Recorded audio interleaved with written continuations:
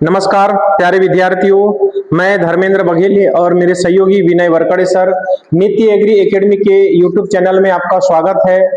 MP PAT हेतु हम विशेष या संभावित प्रश्नों की श्रृंखला का आज जो है दूसरा लेक्चर लेकर आए हैं।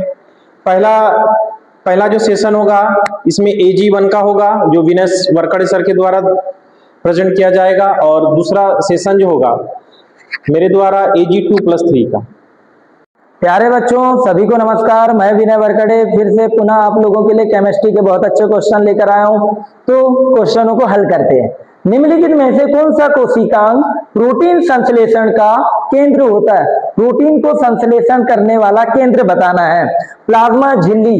प्लाज्मा झिल्ली जो होती है कोशिका में आने वाले पदार्थों को अपने अंदर और अंदर कोशिका के अंदर से बाहर जाने वाले पदार्थों का निरीक्षण करती है। ठीक। ग्लाल्जी का है, ये ग्लाल्जी का है प्रोटीन और लिपिड्स को अपने अंदर संश्लेषित करता है, तभी वह कोशिका के सभी अंगों तक के पहुंचाता है। राइबोसोम को ही प्रोटीन का संश्लेषण का केंद्र माना जाता है। राइबोसोम में ही अमीनो अम्ल के साथ प्रोटीन का निर्माण होता है।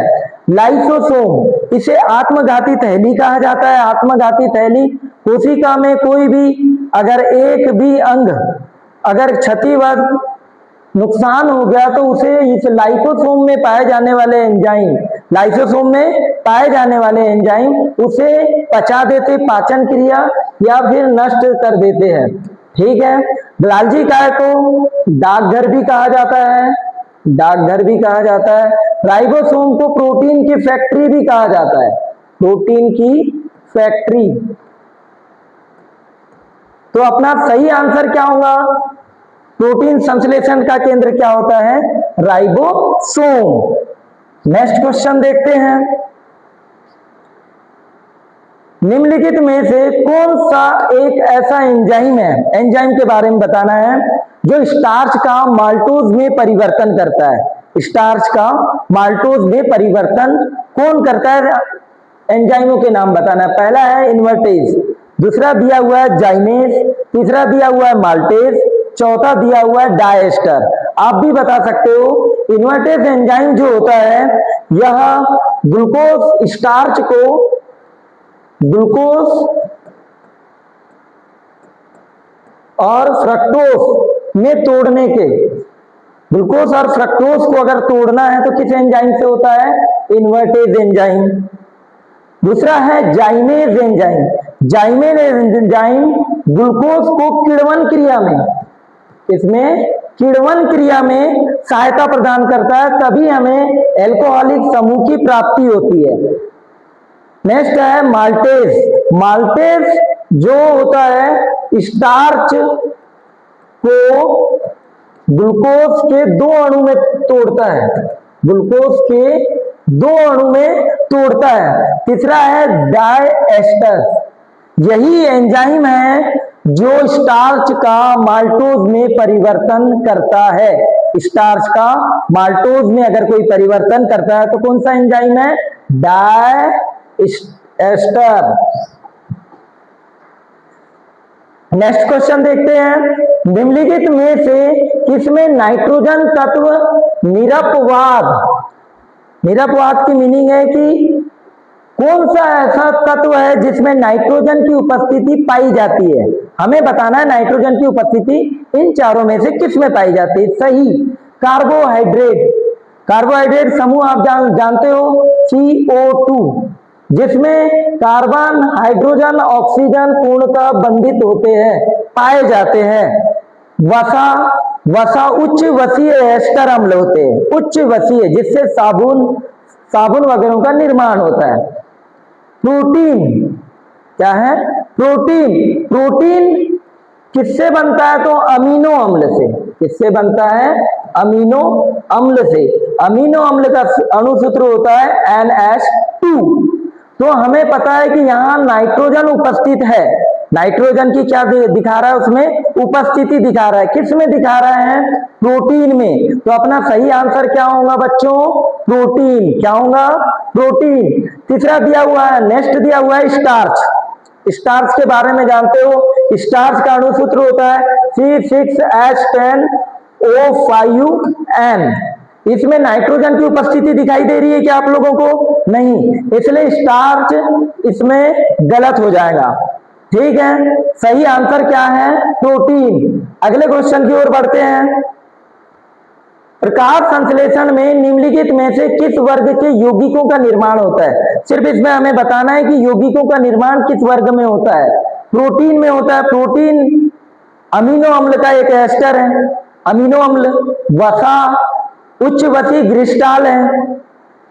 कार्बोहाइड्रेट, कार्बोहाइड्रेट आप लोग जानते होंगे प्रकाश संश्लेषण बनता कैसे, होती कैसे, पौधों में होने वाली क्रिया कैसे होती है। प्रकाश संश्लेषण मतलब कार्बन डाइऑक्साइड गैस और जड़ों से प्राप्त पानी प्रकाश की उपस्थिति में, किसकी? प्रकाश की उपस्थिति में और क्लोरोफिल की सहायता में, क्लोरोफिल की सहायता से क्या बनाते हैं? कार्बोहाइड्रेट। क्या बनाते हैं? कार्बोहाइड्रेट। C6H12O6 यह ग्लूकोज का सूत्र है, सभी को पता होगा। इन्हें ही उच्च वसीय कार्बोहाइड्रेट कहा जाता है। क्या कहा जाता है? कार्बोहाइड्रेट, जो आगे चल के ऑक्सीजन के साथ अभिक्रिया करके एटीपी ऊर्जा का निर्माण करते हैं। ठीक है, अब अगले क्वेश्चन की ओर चलते हैं अपन। विटामिन ए का वैज्ञानिक नाम क्या है? विटामिन ए का वैज्ञानिक नाम पूछा है। वैज्ञानिक नाम रेटिनॉल। रेटिनॉल आप लोग जानते होंगे कि विटामिन ए का जो वैज्ञानिक नाम है वह क्या है? रेटिनॉल। किसका है? विटामिन ए का।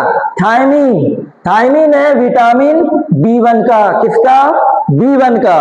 एस्कॉर्बिक अम्ल यह है विटामिन सी का वैज्ञानिक नाम। कैल्सीफेरॉल यह है विटामिन डी का। ठीक है, अगर क्वेश्चन अगर विटामिन सी के बारे में पूछ लिए तो एस्कॉर्बिक अम्ल आप लोगों को पता है। अगर थायमीन यहां दे दिया विटामिन बी का वैज्ञानिक नाम क्या है तो आप बता पाओगे कि थायमीन है। चलिए आगे बढ़ते हैं नेक्स्ट क्वेश्चन की ओर। निम्न में से कौन सा युग्म, निम्न में से इन सभी में से युग्मक बताना है, कौन सा है जो दो नौ तत्व सामान्यतः केवल एक ऑक्सीकरण अवस्था, ऑक्सीकरण अवस्था मतलब कक्षकों में होने वाली अवस्था या D1 की अवस्था। तो हमें पहला जो दिया हुआ है, पहला दिया हुआ है स्टेडियम। क्या दिया हुआ है? स्टेडियम। और दिया हुआ है जिंक, जिंक दिया हुआ है, जिंक दिया हुआ है।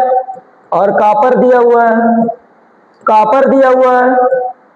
और चांदी दी हुई है, जिंक दिया हुआ है और सोना दिया हुआ है। यह चारों इस आधार पे दिए हुए हैं, हमें इसमें ऑक्सीकरण अवस्था बताना है इन चारों की। तो स्टेडियम की ऑक्सीकरण अवस्था होती है +2, जिंक की क्या होती है? +3। कितनी होती है? +3। यहां दिया हुआ है जिंक तो इसकी होती है +3 और कॉपर की होती है +1। यहां दिया हुआ है कॉपर की +1 और चांदी की होती है +2। ठीक है, जिंक की दिया हुआ है +1 और सोना की दी हुई है +3। तो यहां बताना दो नौ तत्व सामान्यतः एक दूसरे से मिलते हो, वह क्या कर रहा है? वह हमें ऑक्सीकरण अवस्था को बताना है। तो यहां चारों ऑप्शन में से सही आंसर क्या होगा? स्टेडियम और जिंक, जिसमें +2 और +3 ऑक्सीकरण अवस्था को प्रदर्शित करते हैं। ठीक है, अब हम आगे चलते हैं अगले क्वेश्चन की ओर।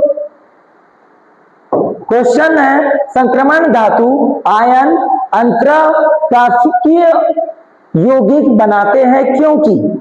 हमें बताना है कि संक्रमण धातु के बारे में बताना है। तो अंतरकाशिकीय यौगिक जो है मतलब धातुओं के बीच का स्पेस, जब भी कोई धातु होती है वह छोटे छोटे कणों से मिलकर बने होते हैं। तो उनमें पाए जाने वाला एक प्रकार से रंध्र अवकाश धातुओं में। ठीक, तो हमें बताना है। तो ये याद रहेगा आप लोगों को। इसका पहला है, इसमें क्रिस्टल जालक रिक्तिकाएं अवस्था पाई जाती है। सी वाला दिया हुआ है, इसके आयनन विभव के मान उच्च होते हैं। आयनन विभव के मान उच्च किसमें होते हैं? तो हमें पता है आर्गन जैसी गैसों में, जिनके अष्टक पूर्णतः पूर्ण होते हैं, 8 इलेक्ट्रॉनों से भरा होता है। यह परिवर्तनशील ऑक्सीकरण की अवस्थाएं दर्शाता है। यह पॉइंट भी असत्य है। तो हमारा कौन सा सही होगा? इसमें क्रिस्टल जालक में रिक्त अवस्था पाई जाती है। चलिए नेक्स्ट क्वेश्चन की ओर बढ़ते हैं। निम्न में से कौन सा नियम, निम्न में से, इन सब में से नियम बताना है हमें कि निम्न में से कौन सा नियम इलेक्ट्रॉनों के विभिन्न कोषों में भरने के अनुक्रम को समझाता है? विभिन्न कोषों में भरना, कोषों मतलब कक्षकों में भरने वाली क्रिया को समझाता है। हुंड का नियम यह बोलता है कि डीएफ में इलेक्ट्रॉनों की साझेदारी तब होती है या एक एक कक्षकों में इलेक्ट्रॉन भरे जाते हैं। जब यह हुंड का नियम, जब रासायनिक अभिक्रिया होती है, रासायनिक अभिक्रिया में एक एक इलेक्ट्रॉन सभी कक्षकों में जाते हैं, यह कहा था हुंड के नियम के अनुसार। दूसरा है अष्टम सिद्धांत। अष्टम सिद्धांत देखेंगे, अष्टम सिद्धांत मतलब 2, 8, 18 के रेशो में जो इलेक्ट्रॉन भरे जाते हैं उसे अष्टम सिद्धांत कहा जाता है। पहले कक्षक में 2 इलेक्ट्रॉन भरे जाते हैं, दूसरे कक्षक में 8 इलेक्ट्रॉन भरे जाते हैं। अगर किसी इलेक्ट्रॉन, किसी तो यौगिकों में इलेक्ट्रॉनों की संख्या अगर 8 से कम है तो हम उसकी साझेदारी करवाते थे, संयोजकता करवाते थे। ठीक है, तो यह जो अष्टक पूरा करने का जो नियम बताता है वह सिद्धांत कौन सा है? तो अष्टम सिद्धांत। नेक्स्ट है अब्बाहू का नियम। अब्बाहू का ही नियम हमारा सही आंसर है, क्योंकि यह इलेक्ट्रॉनों के विभिन्न कोषों में भरने के अनुक्रम को समझाता है। पूरे जितने भी कक्षक होते हैं सभी में इलेक्ट्रॉन भरने की संख्या को यह अब्बाहू का नियम हमें बताता है। ठीक है, तो सही आंसर क्या होगा? अब्बाहू का नियम। नेक्स्ट क्वेश्चन की ओर बढ़ते हैं। CH3COCH CH3 कोष्टक 2 का IUPAC नाम, IUPAC नाम, IUPAC नाम नामकरण करने के लिए हमें सबसे पहले समीकरण संरचना बनाना पड़ेगा। संरचना बनाने के लिए देखिए, यहां सभी ध्यान दीजिएगा, CH3CO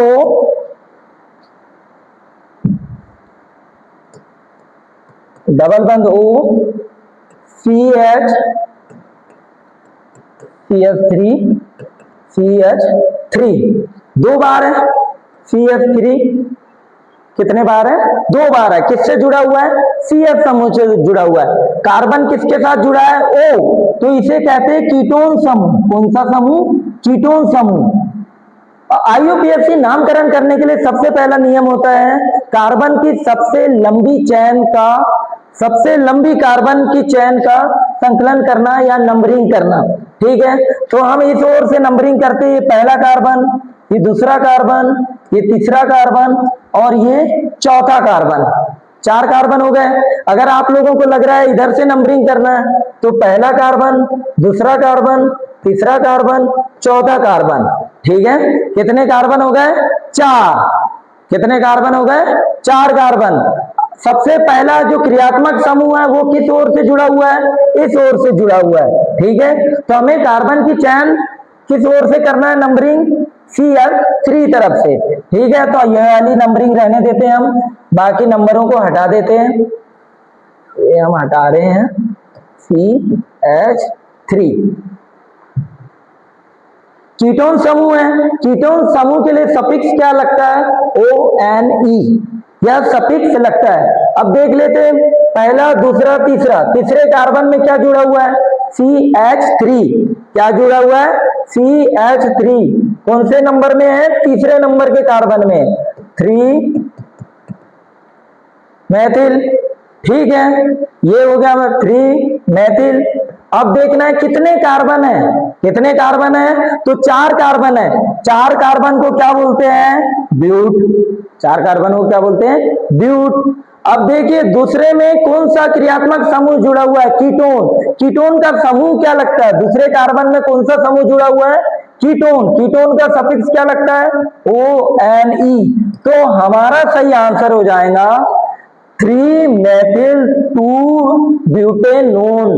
क्या हो जाएगा? 3 मेथिल टू ब्यूटेनॉल। ठीक है, तो यह हमारा IUPAC नामकरण के लिए हो गया। अब सही आंसर होगा 3 मेथिल 2 ब्यूटेनॉल।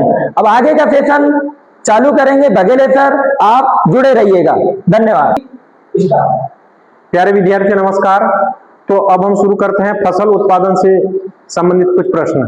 तो हमारा पहला प्रश्न है, मृदा की संरचना में खनिजों का प्रतिशत कितना है। हम बात करेंगे मृदा संरचना या मृदा के गठन के बारे में। तो मृदा का जो गठन है मुख्य रूप से 2 प्रकार से बना हुआ है, एक ठोस और एक होता है विरल। यदि हम देखेंगे ठोस में जो है 5% जो रहेगा हमारा ऑर्गेनिक मैटर रहेगा, जिसे OM कहेंगे, और बाकी जो 45% जो रहेगा मिनरल मैटर, खनिज पदार्थ रहेगा। फिर जो विरल जो है, विरल में यदि हम देखेंगे कि यह आधा भाग जो रंध्रावकाश जो होता है 25% जो है पानी रहेगा, जल रहेगा, और 25% जो है वायु रहेगी, है ना। तो प्रश्न है मृदा की संरचना में खनिजों का कितना प्रतिशत है। तो हमारा ऑप्शन है सही डी। तो मृदा में जो है खनिजों का प्रतिशत कितना होगा, 45%। यदि हम ऑप्शन पहले को देखें तो ये है ऑर्गेनिक मैटर। यदि हम 25% देखें जल तथा वायु होता है, तो हमारा ऑप्शन है इसका डी 45%। तो हम चलते हैं अगले प्रश्न की ओर। अनिषेक फलन का उदाहरण निम्नलिखित में से कौन सा है। अब अनिषेक फलन की हम बात करेंगे। अनिषेक फलन क्या है कि जिसमें फल का जो निर्माण जो होता है अंडाशय से बिना निषेचन के फल का निर्माण होना ही क्या कहलाता है, अनिषेक फलन कहलाता है। इसमें बीज रहित फलों का निर्माण होता है। तो हम ऑप्शन की ओर देखते हैं, इसका ऑप्शन है केला, बनाना यदि हम देखेंगे केला को तो बीज रहित होता है, ये अनिषेक फलन का उदाहरण है। तो हमारा सही ऑप्शन है प्यारे बच्चों केला। इसके बाद हम चलते हैं अगले प्रश्न की ओर। नॉन क्लाइमेट्रिक फल निम्नलिखित में से कौन सा है।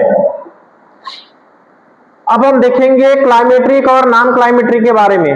क्लाइमेट्रिक फल वे होते हैं जिनको तुड़ाई के बाद या हार्वेस्टिंग के बाद जो है श्वसन क्रिया का तथा एथिलीन का निर्माण बहुत तेजी से होने लगता है, जिससे फल को तोड़ने के बाद जो है पकते हैं। लेकिन नॉन क्लाइमेट्रिक में हम देखेंगे कि वे फल पेड़ पर ही पकते अथवा उनकी तोड़ाई के बाद या हार्वेस्टिंग के बाद जो है वे फल पकते नहीं है। तो ऐसे फलों को जो है मैच्योर स्टेज में ही हार्वेस्टिंग करना चाहिए। तो हम देखते हैं नॉन क्लाइमेट्रिक फल का उदाहरण है प्यारे विद्यार्थियों लीची। अब बाकी देखेंगे आम, पपीता और केला, ये जो है क्लाइमेट्रिक फल के उदाहरण हैं। हमारा ऑप्शन सही होगा लीची। ठीक, तो हम चलते हैं अगले प्रश्न की ओर। निम्नलिखित में से किस फल को फलों की रानी के रूप में जाना जाता है।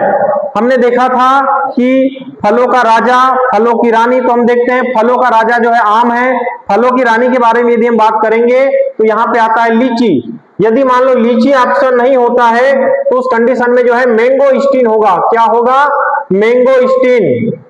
तो हमारा ऑप्शन सही होगा लीची। यदि हम देखेंगे कि मैंगो जो है तो फलों का राजा है। एप्पल की यदि बात करेंगे, सेब की बात करेंगे तो शीतोष्ण फलों का राजा होता है।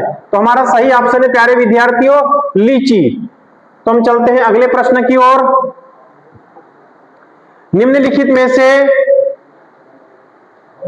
किसके फसल पूर्व छिड़काव के आलू के अंकुरण को नियंत्रित किया जा सकता है। मतलब हमें आलू की फसल में बात करेंगे, आलू के जो है अंकुरण की जो समस्या आती है भंडारण के समय जो होता है, यदि अगर अंकुरण की समस्या आती है तो उसको रोकने के लिए हमको क्या उपाय करना चाहिए। तो हम ऑप्शन के बारे में देखते हैं। सी जो है ये ट्रिपल सी साइकोसिल होता है।